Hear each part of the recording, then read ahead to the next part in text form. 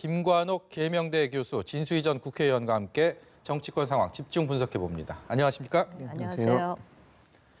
정치 뉴스를 알기 쉽게 숫자로 풀어본 숫자로 읽는 1번지, 오늘도 변함없이 박가영 앵커가 준비했습니다. 뉴스 1번지 본격적으로 시작해 보겠습니다. 네, 숫자로 읽는 1번지 오늘의 숫자는 2입니다. 정부가 전 세계를 통해 귀국하는 우한 교민을 2주 동안 격리할 장소로 충북 진천과 충남 아산 두 지역을 선정했습니다. 진천과 아산 주민들의 반발은 거셌습니다. 진천 주민들은 우한 교민 수용 예정 시설인 공무원 인재개발원 앞에서 수용 반대 걸기 대회를 벌이면서 경찰들과 대치하고 있습니다. 또 아산의 주민들은 트랙터로 진입로를 막고 수용 반대 시위를 벌이는 등 해당 지역의 민심이 들끓고 있습니다. 정치권도 목소리를 내고 있습니다. 민주당 이인영 원내대표는 과도한 불신과 우려를 유포하는 정치적인 행위는 자제해야 한다고 말하며 정부의 방역 시스템 가동에 총력을 다해달라고 주문했고요. 한국당의 심재철 원내대표는 중국 관광객 입국 금지 등 추가 전염 가능성을 차단할 방안을 강구해야 한다고 주장했습니다. 국민들 사이에 신종 코로나 바이러스로 인한 공포와 불안이 가시지 않는 가운데 정치권도 민심을 예의주시하는 모습입니다. 지금까지 숫자를 읽는 1번지였습니다.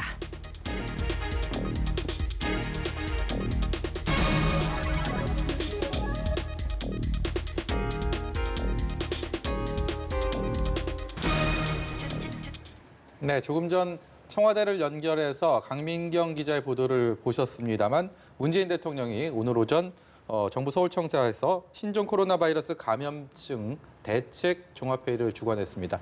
관련된 문 대통령의 발언을 듣고 오겠습니다. 오늘부터 중국 우한에 고립된 우리 교민 700여 명의 귀국이 시작됩니다. 실제 도착은 내일부터 하게 될 것으로 보입니다. 정부는 임시생활시설이 운영되는 지역 주민들의 불안을 이해합니다. 그에 대한 대책을 충분히 세우고 있고 걱정하시지 않도록 정부가 빈틈없이 관리할 것입니다. 우리가 맞서야 할 것은 바이러스만이 아닙니다.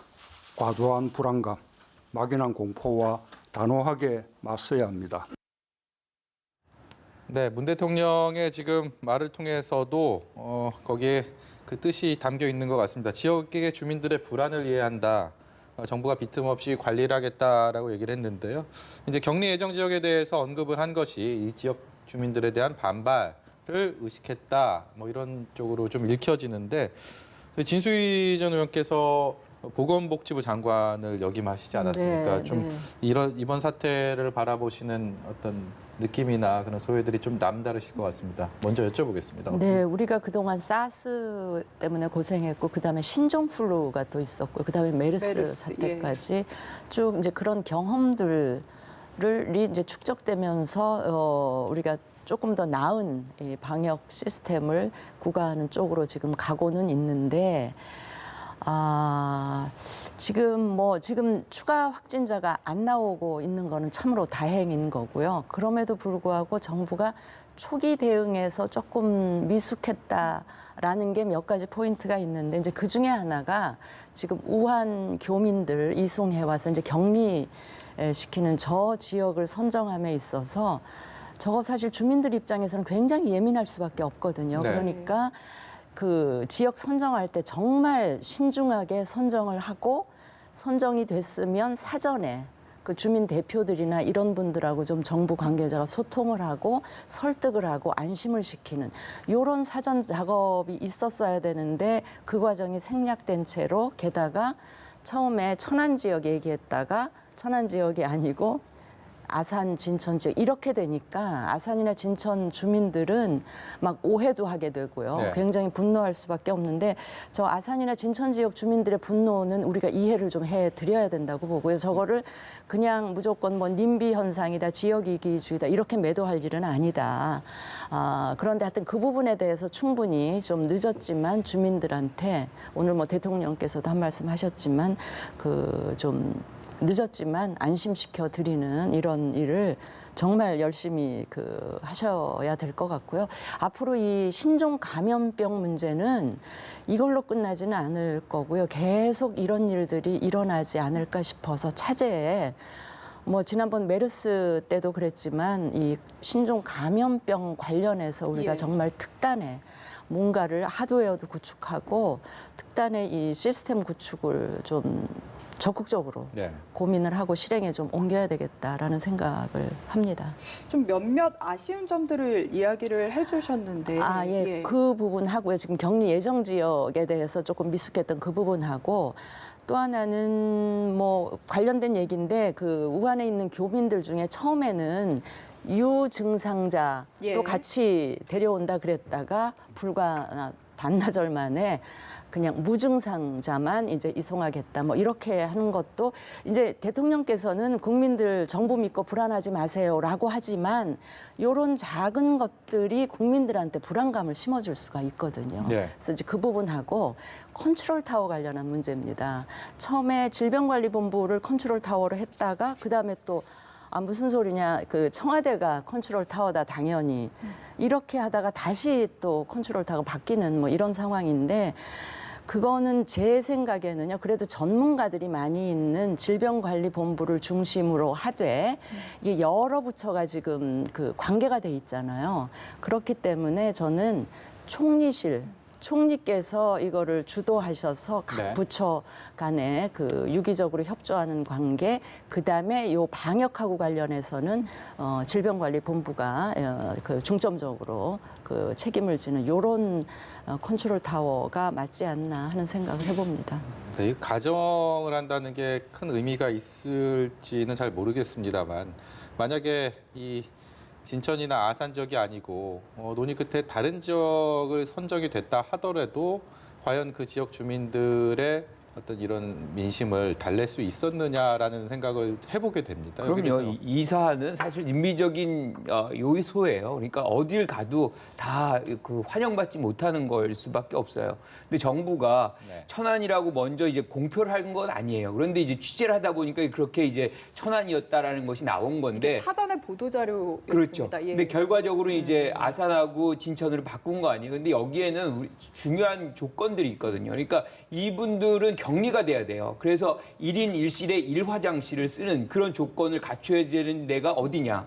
이제 그걸 갖출 수 있는 장소가 필요한 거고요. 또 네. 하나가 뭐냐면 이게 굉장히 고립되어 있어야 되거든요. 그러니까 이게 확산이 안 되려면 그리고 통제가 용이해야 되는 이런 것들 국가기관 외에는 또 그게 안 되잖아요. 그러니까 네. 그런 것들을 하다가 보니까 이제 아산하고 진천이 결정낸 건데 어떻게 해도 사실상 이거는 다른 지역을 간다 그래도 환영받지 못해요. 그래서 적극적으로 이 부분에 대해서 이제 정부가 명확하게 정하고 이거는 사실 저는 동의를 받을 일은 아니다. 그 대신에 확산이 안 되는 것을 정부가 완전히 보증을 할 수 있는 그 정도의 엄격한 통제력을 갖춰야 된다.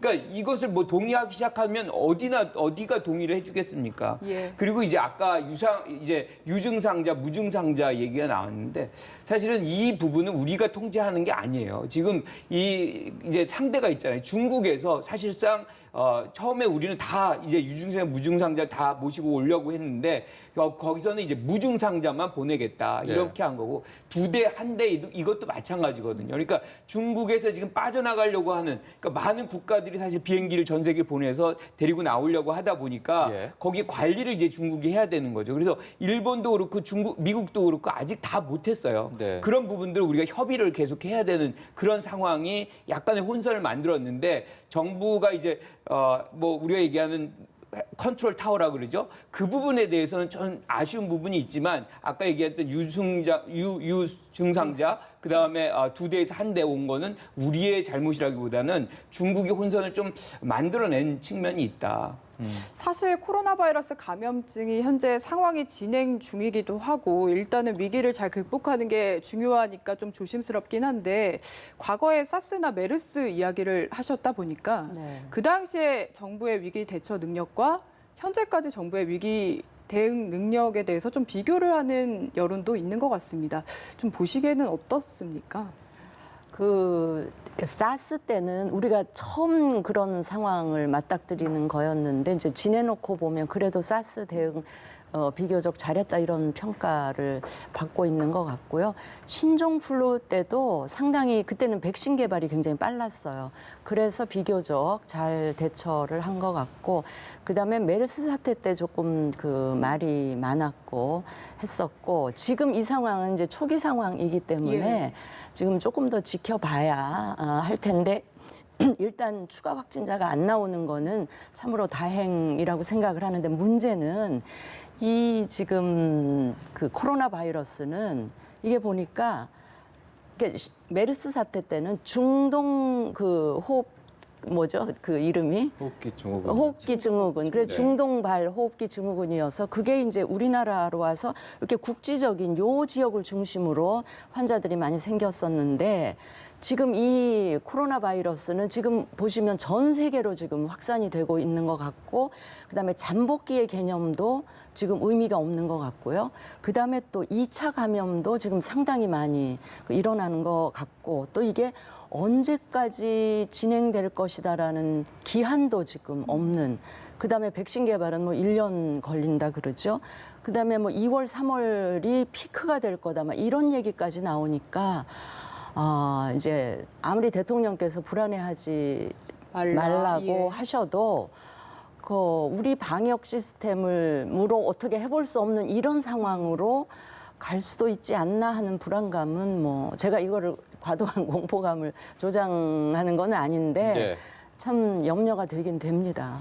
네. 네, 이런 지금의 상황, 저희가 뭐 사스 때도 그렇고 메르스도 지금 비유를 하셔갖고 말씀하셨는데, 글쎄 뭐 이런 시간은 지나가고 우리는 그런 큰 위기들을 겪으면서 여러 가지 교훈을 또 얻게 되는데, 또 이런 일들을 다시 맞닥뜨리면서 똑같은 일을 반복하는 이 상황이 어떻게 보면 국민들도 그렇고 여러분 모든 분들이 참 안타깝고 답답하다라는 그런 생각은 변함이 없을 것 같습니다. 오늘 복지부 차관이 국회에 출석을 해서 우한 교민 수용에 대해서 지역사회 불만과 혼선을 초래한 부분에 대해서 사과를 했거든요. 근데 이제 물론 이 사과만으로 지역 민심이 또 가라앉지는 않겠죠. 근데 이 상황에서 저희가 궁금한 게 사실 총선 민심을 여쭤보기도 어떻게 보면 좀 이게 과연 적당한가, 적절한가도 의문입니다만, 충청권에 어떻게 작용할지도 궁금하긴 합니다. 영향은 있을 것 같아요. 그런데 일단은 이제 선거 전반적인 부분에서 영향을 줄 것 같아요. 왜냐하면 지금 우리 벌써 악수 잘 안 하려고 그러잖아요. 네. 그래서 뭐 이렇게 되는 걸로 하고, 그러니까 집회, 운동 이것이 이제 좀 막 위축이 되는 그런 장면들이 벌어질 수밖에 없는데, 그건 일반적인 것이고, 지금 이제 앵커께서 물어보는 질문의 요지는 결국에는 충남의 지역의 민심에 이것이 어떻게 작용이 될 것이냐. 뭐 그래서 천안이 여당 의원들이 있고 지금 진천이나 아산이 뭐 야당 의원들이, 이것도 사실 굉장히 이런 정치를 이런 부분에 막 엮어가지고 스토리를 만드는 것인데, 예. 저는 유권자들은 그걸 구별할 수 있는 능력은 충분히 있다고 생각을 해요. 그래서 직접적인 영향은 없겠지만 근본적으로 이제 위축이 되는 건 어쩔 수가 없는 거죠. 우리 지역에 왔다. 이런 것들은 뭐 기분이 좋을 수는 없는 거예요. 그렇지만 그걸로 해서 이제 유권자들이 어떤 후보를, 이 후보를 뽑을 거를 이 후보로 뽑는다. 그러니까 사실은 지금의 장면들이 별로 좋진 않아요. 지금 정치권 전반으로 선거에 부정적인 것만 있어요. 뭐냐면 검찰 수사도 마찬가지죠. 예. 검찰 수사가 마구 이제 퍼지니까 결국엔 그것이 선거에 어떤 누가 더 우리한테 필요한 인재냐라는 부분들을 눈 감게 하는 요소도 있고, 이것도 마찬가지예요. 지금 막 공포감이 조성이 되다 보니까 오히려 선거에 대한 관심도는 떨어지고, 공포감은 그게 더 중요한 거잖아요. 지금 예. 당장에. 그래서 부정적인 측면은 어쩔 수 없이 발생하고 있다. 그러니까 그래서 전반- 조기에 이제 종결을 지어야 되는 노력을 해야 되겠죠. 그러니까 어떤 여야 유불리보다는 전반적으로 깜깜이 선거가 될까봐 걱정을 하시는 그렇죠. 거죠. 이제 전반적으로 이제 이 공포감이라는 것이 우리가 지금 예리하게 사실은 어떤 후보가 더 좋은 후보냐라는 것을 이 고민하는 것보다는 여기에 더 집착하게 되는 그런 효과를 발휘할 가능성이 있다, 이렇게 생각합니다. 근데 그 정치적인 영향력은 아까 이제 우리 김 교수님 말씀하셨지만, 이게 어느 지역에 격리를 시켜도 그 지역 주민들이 반발하게 돼 있다. 맞습니다. 맞는데 그러기 때문에 보다 더 신중하고 치밀하게 정부가 접근을 했어야 된다는 말씀을 제가 드리는 거고, 하필이면 충남 지역에 그것도 애초에 천안이었다가 아산진천. 그러니까 천안 지역은 또 지금 국회의원들이 모두 여당 소속이고 아산진천은 또 야당 소속이고 막 이런 묘한 상황이다 보니까 이 문제를 애초에 그런 식으로 키운 거는 정부 쪽이다. 조금 더 세심했어야 된다. 이런 말씀을 드리고요. 이 상황은 저 개인적으로는 이 문제는 어떻게 보면 국가적 위기 상황일 수도 있고 국민들 안전하고 관련된 거기 때문에 이걸 가지고 여야가 이걸 뭐 정치적 유불리를 따지고 이러지는 말아야 된다라는 생각을 합니다만 그래도 이제 이게 이제 현실이기 때문에 아마도 이거를 아주 잘 관리하는 결과를 만들어낸다면 정부 여당은 그냥 당연한 일, 정부 여당으로서 당연한 일 한 거고 만약에 좀 그 제대로 안 돼서 뭔가 확산이 된다 이러면 국민들은 아마 좀 다른 선택을 하지 않을까. 이제 그런 식으로 영향은 일정 부분은 미칠 수밖에 없지 근데 않을까 그 교민들 싶습니다. 중에 숫자가 한 140여 명은 또 충청도 도민이라는 얘기가 있어요. 그러니까 그분들 그러면 어디로 가겠어요? 그러니까 좀 배려를 해주는 그런 것들이 필요하다 이렇게 생각하는 거죠. 네, 어쨌든 두 분 말씀하신 대로 이 신종 코로나 바이러스 관련 이슈가 한동안 정치권도 뒤덮지 않을까 싶은데 오늘도 정부 대처를 두고 민주당과 한국당의 원내대표가 정반대의 이야기를 풀어갔습니다. 일단 듣고 오시죠. 우한 입국 금지를 위한 검역법 개정과 중국인 입국 한시 금지 및 중국 관광객 즉각 소환 주장이 있었습니다. 민주당은 지금은 정치권이 정부의 방역 능력과 방역 대응을 신뢰하고 지원할 수 있는 방법을 찾아야 할 협력의 시간이라고 확신합니다. 이런 점에서 과도한 불신과 또 우려를 유포하는 정치적인 행위는 자제해야 한다고 생각합니다. 북한에서도 중국인의 입국을 금지했는데 우리 정부는 아직도 입국 금지 결정을 망설이고 있습니다. 정부는 중국 관광객 입국 금지 등 추가 전염 가능성을 원천적으로 차단하는 방안을 강구해야 합니다. 국민들 불안과 공포는 아랑곳 없이 중국 눈치 살피기에 급급한 무능한 무책임한 정권입니다. 네, 먼저 이인영 원내대표 말부터 좀 짚어보자면 야당에서 지나치게 좀 불신과 우려를 조장하는 면이 있다고 지적을 했는데 교수께서도 역시 야당에 좀 그런 면이 있다고 보십니까? 아무래도 뭐 좀 있죠. 반중 정서를 좀 자극한다거나 공포감을 좀 조성한다거나 뭐 우리가 뭐 마스크 200만 개 줬는데 이 전 세계 하나를 못 띄우느냐 뭐 이런 등등의 비판들은 사실 그렇게 필요한 비판들이 아니거든요. 지금은 지금 이인영 원내대표가 말을 잘했어요. 지금 협력의 시간이고 우리가 이건 초당적인 사안이거든요. 서로가 협력을 해야 되는데 정부 여당을 비판하는 측면만 강조하면 좀 문제가 있다고 생각하고요. 심재철 원내대표가 지금 얘기하는 북한은 막았으니까 그러니까 북한식 접근을 우리가 받아야 되는 거냐. 뭐 평소에 자유한국당 굉장히 북한에 대해서 부정적인데 이번엔 또 굉장히 따라하려고 하는 측면이 있는 것 같아요. 어느 나라도 지금 북한을 제외하고서는 중국인의 입국을 금지하는 나라는 없습니다. 그런데 우리가 좀 절충안을 찾을 필요는 있어요. 왜냐하면 국민들이 중국인들의 어떤 입국에 대한 공포감이 분명히 있기 때문에. 그래서 중국인이나 또는 중국으로부터 들어오는 입국자에 한해서 뭐 2, 3주 동안 어디 격리한다거나 그래가지고 검증이 된 이후에 이제 입국을 허용한다거나 뭐 이런 등등의 것들을 좀 과할 정도로 좀 할 필요는 있다고 생각을 해요. 왜냐하면 그만큼 이제 국민들의 공포감이 있기 때문에 이거는 선제적으로 정부가 좀 할 필요가 있겠다. 네. 뭐 심재철 원내대표의 이런 비유와 비판에 대해서 지금 김 교수님께서 말씀해 주셨는데 네. 지금 한국당 의원들 얘기를 또 들어보면 이번 사태를 정략적으로 정쟁의 요소로 또 삼아서는 안 된다라는 또 얘기도 많이 하고 있습니다. 네, 그런데 한국당 또 지도부 얘기는 뭐 정부의 무능이 드러났다라고 하면서 또 정부에 대한 총공세의 어떤 이런 분위기도 또 많이 내고 있고요. 이게 좀 엇박자가 있는 건지 어떤 판단을 하고 있는 건지 지금 북한에 대해서 중국인 입국 금지를 비교하면서 하는 이런 공세가 또 적절한지 뭐 여러 가지 의문점이 생깁니다. 그러니까 뭐 늘 있는 정치 공세성 이야기일 수도 있고요. 그런데 많은 분들이 대통령께서도 그런 말씀을 하시잖아요. 과도한 대응이 낫다 이런 얘기를 하시기 때문에 지금 북한이 어떻게 하는가 그걸 뭐 우리가 신경을 안 쓴다 하더라도 네.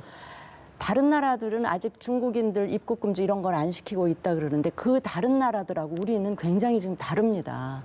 지금 우리는 중국하고 인접해 있고요. 그리고 북한 같은 나라는 정말 중국하고 인접해 있기 예. 때문에 완전한 입국 금지가 불가피했을 수도 있어요. 근데 우리나라도 과히 지금 다르지 않잖아요. 중국하고 아마 인적인 교류가 제일 많은 나라 중에 하나가 아닐까 싶어요. 네. 지금 중국 관광객들이 대거 입국하기도 하지만 지금 저는 아주 가깝게 걱정되는 부분이 우리나라에 중국인 유학생들이 굉장히 많이 와 있습니다. 그 대학들에. 이 지금 방학이라 본국에 가 있지만 이제 2월 말이 되면 대거 또 입국을 합니다. 이거 어떻게 할 겁니까? 네. 그러니까 그런 걸 생각하면 아우 어떻게 다 입국을 금지하겠어 이렇게 생각하다가 그걸 놓쳐서 한두 달 지난 후에 어머 그때는 그게 굉장히 과잉 대응이었지만 그렇게 했었어야 되는 거 아니었나 예. 이런 후회를 우리가 하게 될 수도 있기 때문에 이건 물론 이제 판단하기 굉장히 어렵긴 합니다만 정부 차원에서 그런 것까지도 그런 좀 진짜 이건 과하지 않느냐라는 대응조차도 심각하게 저는 고민을 해봐야 된다고 생각을 네. 합니다. 화제를 돌려보도록 하겠습니다. 2년 전 지방선거에서 울산시장 선거 개입 의혹 사건이 불거진 가운데 임종석 전 청와대 비서실장이 오늘 검찰에 피의자 신분으로 출석했습니다. 임 전 실장의 출석 장면 직접 보시겠습니다. 검찰은 그 어떤 기관보다 더 신중하고 절제력 있게 남용함이 없이 그 권한을 행사해야 합니다. 이번처럼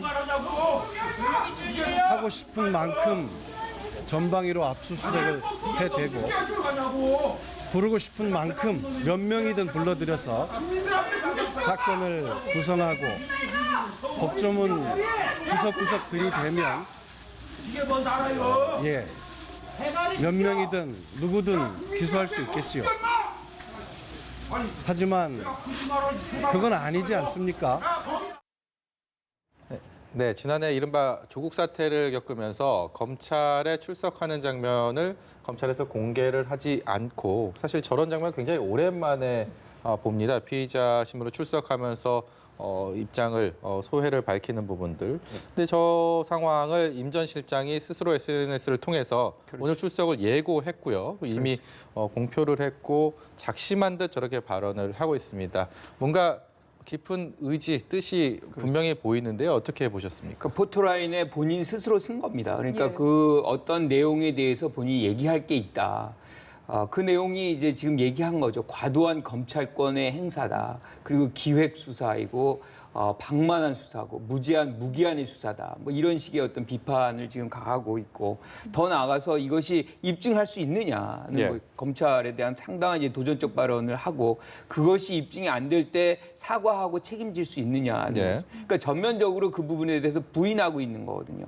그러니까 지금 검찰의 주장과 임 전 실장의 주장이 완전히 상반된 상황이기 때문에 네. 우리가 이제 지금도 아마 조사를 받고 있을 텐데 이게 아마 지금 이제 재판 과정에서 드러날 것이 아닌가. 그래서 약간은 길게 우리가 생각한 것보다 길게 그 과정이 진행될 예정일 것이다. 뭐 이렇게 생각이 좀 드네요. 네. 네, 같은 질문을 드려야 할 것 같습니다. 스스로 포토라인에 섰는데 어떤 의도라고 보십니까? 스스로 포토라인에 섰고요. 그 메시지가 엄청 강했잖아요. 네. 저는 그걸 보면서 불출마 번복을 위한 그런 명분을 쌓는 그 차원에서 굉장히 오버했다 하는 느낌을 정확히 가졌고요. 어떤 점에서 그런 느낌을 딱 받으셨나요? 아니 일단 포토라인에 섰다는 그 부분.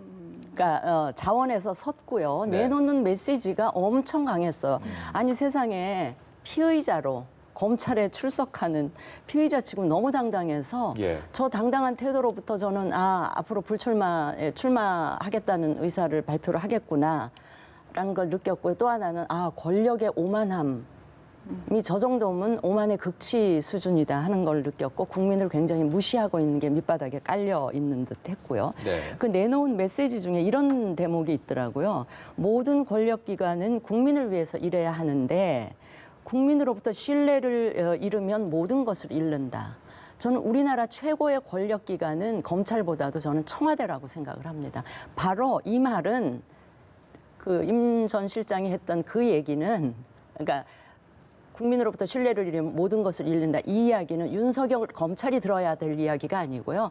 문재인 대통령의 청와대가 들어야 할 얘기다. 그런 생각을 했고요. 국민의 신뢰를 잃는다 이런 식으로 얘기를 했는데 지금 검찰은 제가 보기에는 온갖 수사 방해나 압박에도 불구하고 살아있는 권력을 열심히 수사하고 있는 이 윤석열 검찰은 그 어느 때보다도 오히려 국민들로부터 지금 신뢰를 오히려 더 쌓아가고 있는 이런 상황이다. 저는 그걸 강조하고 싶고 또 하나 목적을 갖고 기획 수사한다 이렇게 그 말씀을 하셨는데 네. 목적을 갖고 기획한 거는 저는 문재인 청와대였지 않느냐 이런 생각을 해요. 그 목적이라는 게 뭐죠? 그 송초로 시장을 당선시키기 위한 이런 목적을 가지고 청와대 전체가 달라붙어서 지금 이제 그 혐의가 사실이라는 전제하에 비서실장의 정무수석실에 민정수석실에 어디죠? 정책 그 수석실까지 다 지금 13명이 기소가 되고 지금 2분이 어제 오늘 수사를 받잖아요. 그렇게 되면 한 15분 정도가 그 대상인데 청와대 전체가 기획해가지고 송초로 시장을 당선시키는 그런 목적으로 일을 한 거 아닙니까? 그렇게 얘기를 해야지 지금 그거를 수사하는 검찰을 가리켜서 무슨 목적을 가지고 기획 수사한다. 목적은 있을 거예요, 이 검찰이. 무슨 목적이냐? 정말 이 그 선거에 권력이 개입하는 이거야말로 민주주의의 근간을 훼손하고 헌법을 정면으로 그 위반하는 이런 일인데 이런 일은 명명백백하게 밝히는 게 검찰의 본연의 자세다. 그러니까 이걸 밝히기 위한 목적을 가지고 열심히 지금 수사하고 있는 것이다. 네. 저는 그렇게 받아들입니다. 이번 사건 관련해서 어제 검찰이 무더기 기소를 했죠. 13명에 대해서 관련자. 그리고 오늘 진수희 의원께서는 말씀하셨지만 송철호 울산시장은 오늘 또 기자회견을 열고 본인의 혐의는 사실이 아니다라는 점을 또 강조를 했습니다. 이 부분에 대해서 이제 검찰이 기소를 했기 때문에 법원에서 유무죄 여부를 다투게 될 텐데 어쨌든 간에 이 검찰의 지금 수사, 이 울산 사건에 대한 이 수사 자체가 선거에는 총선에는 어떤 식으로든 영향을 크게 미칠 수밖에 없는 분위기가 이제 된 것 같습니다. 여기에 대한 판단도 그렇고 임종석 전 실장의 어떤 정계 은퇴를 선언한 상황에서의 이 거취까지도 다 맞물려서 앞으로 좀 주의 깊게 지켜봐야 되지 않을까 싶습니다. 그래서 이제 기획된 수사라고 얘기를 하는 거거든요. 이게 이제 어떤 효과가 나오냐면 그걸 윤석열 총장이 의도했는지 안 의도했는지는 모르겠지만 지금 이렇게 무더기로 13명을 기소를 하고 이 수사는 계속해서 총선 국면까지 이어갈 겁니다. 이건 어떻게 해도 정부 여당에 대해서는 굉장히 불리한 국면일 수밖에 없는 거죠. 이렇게 불리한 상황에서 총선을 치르게 되고 그렇게 해서 야당이 승리한다면 궁극적으로 야당이 입법부를 장악하게 되고 지금 우리가 봤던 일종의 이제 검찰 개혁 조치들이라는 것들이 있어요. 공수처라든가 뭐 검경 수사권 조정이라든가 뭐 등등의 것들을 다시 환원시킬 수 있다.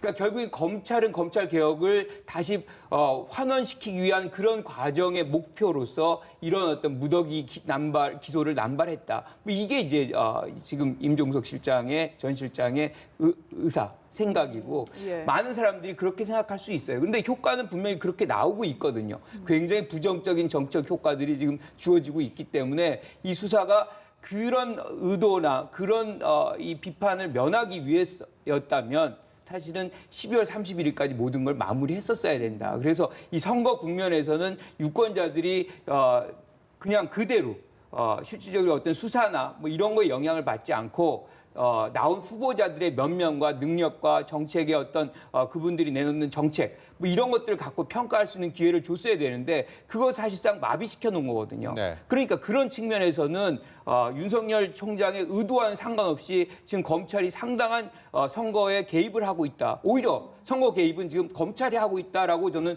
평가를 하고 싶어요. 네. 그건 어떻게 보세요? 오늘 임종석 전 실장 모습을 보니까 불출마 선언을 번복하려는 듯한 의도가 보였다라고 지금 평가를 하셨거든요. 진 전 장관은. 저는 그럴 가능성은 거의 없다고 봐요. 만약에 그렇다 그러면 지금 얘기한 것들이 거의 그 신뢰성도 떨어지고 우리가 이제 많은 정치인들이 과거에 본인이 얘기한 거를 뒤집고 이것이 어떤 효과를 나오냐면 정치 영역 전반에 대한 신뢰도를 떨어뜨리거든요. 네. 그리고 만약에 이번에 이제 뭐 임 전 실장이 이걸 번복해서 출마한다. 예. 그러면 이제 본인이 될 수는 있을지도 모르겠어요. 하지만 전반적으로 민주당 어떤 후보들에게는 저 당은 뭐 이 굉장히 리더격인 임 전 실장이 허언을 하는 사람이다.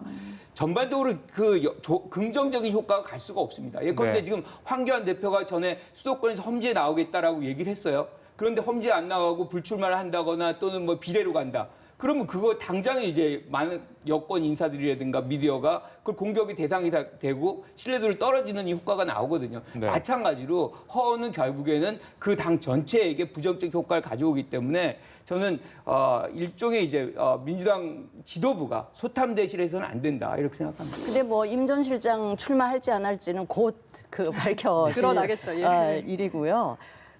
저는 무더기 기소라는 표현을 쓰잖아요. 근데 그 무더기라는 말이 말하자면 검찰이 무리수를 둔 거 아니냐라는 이런 뜻으로 함의를 하고 있다. 함의를 예. 갖고 많이 이제 쓰는데 저는 다르게 해석을 합니다.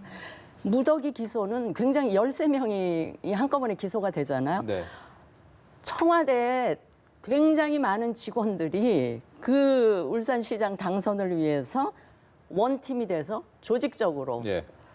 일사불란하게 움직였을 만큼 청와대로서는 굉장히 큰 프로젝트가 하나 진행이 된 거죠. 그런 차원의 무더기라고 저는 그 의미를 해석을 합니다. 이거를 뭐 한꺼번에 이 많은 사람들을 그냥 날림으로 기소했다 이런 뜻이 저는 아니게 받아들입니다. 네. 저는 그 부분 좀 약간 다른 생각을 하는데요. 예컨대 지금 이성윤 지검장이 반대를 했어요. 근데 반대 이유가 조사를 할 사람이 더 있고 조사의 내용도 더 필요하다. 예. 대면 조사 안 한 사람도 있다. 예. 이렇게 구태여 지금 이 순간에 안 해도 조금 더 시간을 갖고 해도 충분하거든요. 그런데 윤석열 총장의 초조함이 어디에 있냐면 2월 3일이거든요. 인사가 교체가 되고 네. 들어오는 검사들이 수사 안 할 것이고 기소 안 할 것이라는 그 불신. 검사는 검사다라고 본인이 얘기한 건데 본인의 말을 뒤집고서 지금 이렇게 조급한 기소를 한 것은 무더기란 표현을 받아도 저는 뭐 마땅하다 이렇게 생각합니다.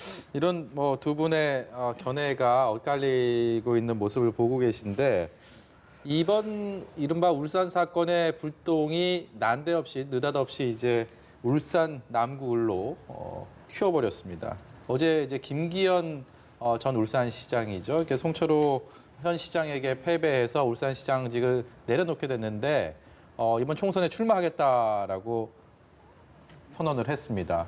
지금 현역 지역구 의원은 박맹우 의원 현역에서 울산시장을 3선을 하고 그다음에 울산에서 국회의원으로 남구에서 재선을 하고 이번에 3선 도전하고 있는 상황이고요. 네. 그리고 김기현 전 울산시장은 반대로 울산 국회의원 남구에서 3선을 하고 울산시장을 지냈다가 이 얄궂은 만남이 형성이 될 수 있는 상황이 이렇게 됐습니다. 이게 이른바 한국당 내 빅매치 경선 지역이 아닐까라는 생각이 드는데 여기에 대해서도 관심이 가게 되네요. 눈길이 갑니다. 그렇죠. 그러니까 그 하명 수사 의혹이 이분들을 이제 소환시킨 경쟁을 소환시킨 건데 이분 둘 다 중진이에요. 예. 그러니까 3선을 하셨고 또 뭐 울산시장을 번갈아 가면서 하는 그런 분들입니다. 이분들도 이제 기회를 받아야 되겠지만 사실 이분들을 주목하다 보면 다른 당이라든가 또는 이 당내에서도 또 신인들도 있을 수가 있거든요. 예. 이런 것들이 주목을 못 받아요. 그러면 오히려 더 부정적 효과가 나올 수 있다. 그래서 이 부분을 이 수사 사건과는 좀 별개로 좀 봐줘야 되는데 미디어부터가 지금 이걸 주목하고 있잖아요. 예, 그 눈길이 갑니다. 그렇죠. 자연스럽게. 그러면 이제 효과가 발생하는 겁니다. 네, 자연스럽게 눈길이 저희는 가는데. 예. 네, 아마 울산 지역은 지금 이 울산시장 선거 개입 의혹 뭐 이 건 때문에도 울산은 아마 그 보수 진영에 조금 유리한 분위기가 형성되지 않았을까 싶은데 그런 점에서 보면 저 지역은 김기현 전 시장과 박맹우 의원 간의 경선이 예선이 곧 본선이 본선, 예. 되어버리는 이런 셈인데 그 얄궂네요, 저 두 분이. 네. 전에 울산시장 선거 나올 때 그 지역 국회의원 하다가 시장 선거에 나왔기 때문에 보궐 네. 선거는 또 그 저희가 시장 보기에는 하시던 그냥 물려주고 물려받고 뭐 맞아요. 근데 이런 다시 느낌인데 예. 그런 상황이네요. 네. 그리고 마지막으로 이 얘기 좀 해보고 싶습니다. 한국당의 황교안 대표가 지금 공관위원장이죠. 김영호 위원장에게 네. 전권을 준다고 했는데 묘하게 지금 기싸움이 벌어진 것 같습니다. 좀 공관위 공천에 제재를 가할 수 있다는 발언을 했고 공관위원장은 또 아니다. 공관위가 전권을 줬다. 이건 좀 어떻게 네. 해석을 해야 됩니까? 여기에 더해서요. 새보수당이 또 자체 공천을 내부터 예. 들어간다고 하잖아요. 네, 그러니까 네, 네. 이게 좀 일종의 혁통위를 압박하는 한국당을 압박하는 이런 건 아닌가 이런 생각이 좀 들어서요. 네, 그게 이제 뭐 압박하는 건지 뭔지는 그것도 며칠이면 이제 다 그 드러날 텐데 일단 지금 한국당 상황은 기싸움이라기보다 그 황교안 당대표와 김영호 위원장 사이에 약간 짜고 치는 역할 분담 이런 게 그런가요? 아닐까 싶은데 예. 뭐냐면 지금 황교안 대표 입장에서는 전권을 드렸잖아요. 네. 그런데 이제 그것 때문에 뭐 TK는 몇 프로 거의 절반 날린다, 뭐 이런 물갈이를 엄청나게 한다 이런 상황이 되니까 당내 중진들이나 이런 분들은 굉장히 불안한 할 거 아니겠습니까? 아마 그런 불안한 지금 상황에 놓여 있는 분들을 약간 다독인다 그럴까, 뭐 이제 그런 차원에서 그 하신 말씀이 아닌가 싶고요. 지금 한국당 공천 결정이 어떤 과정을 거치냐면 일단 공천관리위원회에서 이제 결정을 하잖아요. 그럼 그게 그 최고위원회의로 올라갑니다. 예. 그럼 최고위원회의에서 만약에 마음에 안 든다든가 문제가 있다 싶으면 그거를 공관위로 다시 네. 그 보내요. 그러면 보내온 이 안을 가지고 공관위원회 3분의 2가 그대로 찬성하잖아요. 그 원안에. 그러면 다시 최고위원회로 안 올라가고 그게 확정이 되는 겁니다. 그런데 이제 4년 전에는 그거 이제 확정 짓는 과정에 이제 도장을 찍어야 되는데 당대표 그 네, 옥새를 옥새 파동이 있었죠. 네네 있었던 건데 그 뭐 황교안 대표가 이제 말씀은 당내용으로 저렇게 하시지만 결국 김영호 의장님이 전권을 행사하시지 네. 않을까 뭐 싶습니다. 네. 또 마지막으로 한 말씀 하시겠습니까? 예. 뭐 저는 이 부분이 사실은 이 자유한국당의 운명이 달려 있다. 네. 2016년을 돌이켜 보면 그때 공천 잘못한 것이 패배의 원인이었기 때문에 네. 이번에도 김영호 위원장에게 정권을 주고 자율성을 준다고 했으면 그대로 주고 혁신 공천해야만 네. 지금의 야당이 잘 살아야지 또 여당도 견제를 받거든요. 예. 그래서 둘 다 이렇게 강한 날개로 나를 수 있고 그것이 한국 정치 발전에 도움이 되기 때문에 네. 저는 이 공천 잘해야 된다 이렇게 생각합니다. 예. 저기 세보수당 30초만 네. 말씀드릴까요? 그 세보수당은 지금 이제 마지막 그 한국당하고 이 소통 과정, 마지막 협의 과정에서 마지막 진통 과정에 있는 것 같아요. 네. 그런데 이제 세보수당 입장에서는 나름 이제 공관이 또 구성을 하고 이제 공모도 받고 뭐 이래야 되는데 그게 혹시 뭐 통합이 안 되는 거 아니냐, 다른 방식으로 가는 거 아니냐 이제 이런 그 이제 의문이 생길 수도 예. 있는데 저렇게 공관이 또 만들어도요 나중에 합해지면 또 이쪽 공간을 거기다 같이 해서 이렇게 보완하고 조금 확대하는 예. 그런 그 과정으로 갈 수도 있기 때문에 이게 뭐 통합이 안 돼서 저런다 이런 생각은 안 하셔도 예. 될 것 같습니다. 예, 오늘 말씀 여기까지 듣도록 하겠습니다. 지금까지 김관옥 계명대 교수, 진수희 전 국회의원이었습니다. 고맙습니다. 네, 잘 들었습니다.